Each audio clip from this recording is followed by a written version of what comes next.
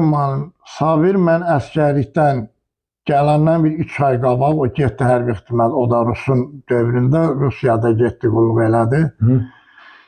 89-cu ildə o gəldi.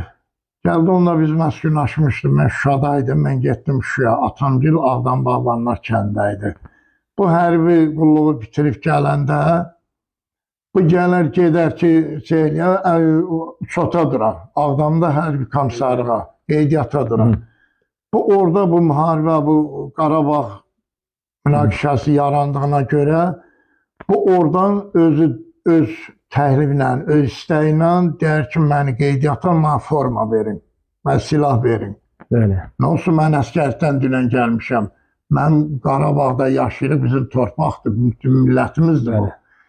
Orada da buna silah verirlər, paltar verirlər, hərbi forma. Biz də Allah'ın da olsun, mən görüşməmişəm. Hələ şahid bu 2-3 gündür gəlmə Şuşadayım. Gəldim evə, bununla görüşdüm. Atamgil dedi ki, bəs getdi hərbiyə yazıldı. Oradan forma geyinib, silah götürüb gəlib, deyir ki, mən Qarabağa döyüşəm. Bax, Sabir budur, bu da onun yanında, onun yenə döyüşçü yoldaşıdır. O vaxtı Şirin Mizeyevin batalyonu yaranmışdı, təzə-təzə. Bu getdi ora. Bunu gedən kimi ora komandirota verdilər. Yəni bunun döyüşünü bütün Ağdam cəmaatı bilənlər bilir. Allah rəhmət eləsin. Bu çox döyüşləri bizə gizlədi demədi. Keçib gedirmişlər ermənilərin ərazisinə, orada erməni tutub gətirmişlər, girovlar dəyişmişlər, texnikalarını hətta gətirirlər. Yəni bunun döyüşü məlumdur. 708-də də qaldı işlədi.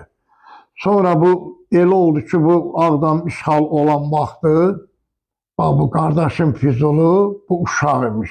Bu qoyub geydi, o vaxt Atamgil gəlmişdi bura. Buna deyirlər ki, Füzuli qaldı evdə, cəmaat çıxdı. Bu tək tane Ağdamla qayıdıb, geyib bağbanlara çıxır. Bunun döyüş yoldaşları da şahiddir. Bunlar nələr deyib getmə, deyib gəlib ki, Sabiri də bir ağsaqqal ki, götürüb belə Füzulini gətirib buna qarşı.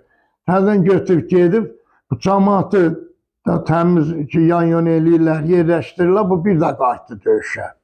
Qaydanda bu şeydəydi, Pexotaydaydı, artilleriya yox idi bunların. Bu Sarcalı Yüksəktəpə deyilən yer, hala o vaxtda Ağdam işğalında Ergin körpüsü var idi. Bəli. Ergin girəndə erməni bu körpünü partladır bir dostu ilə gedir. Daha doğrusu deyirlər, Qrantamyotun yoldaşları da, yəni mən bunu görməmişəm. Körpünü vurub, erməninin bir dənə deyəsən, BMP-sin 2 Berdemin, erməni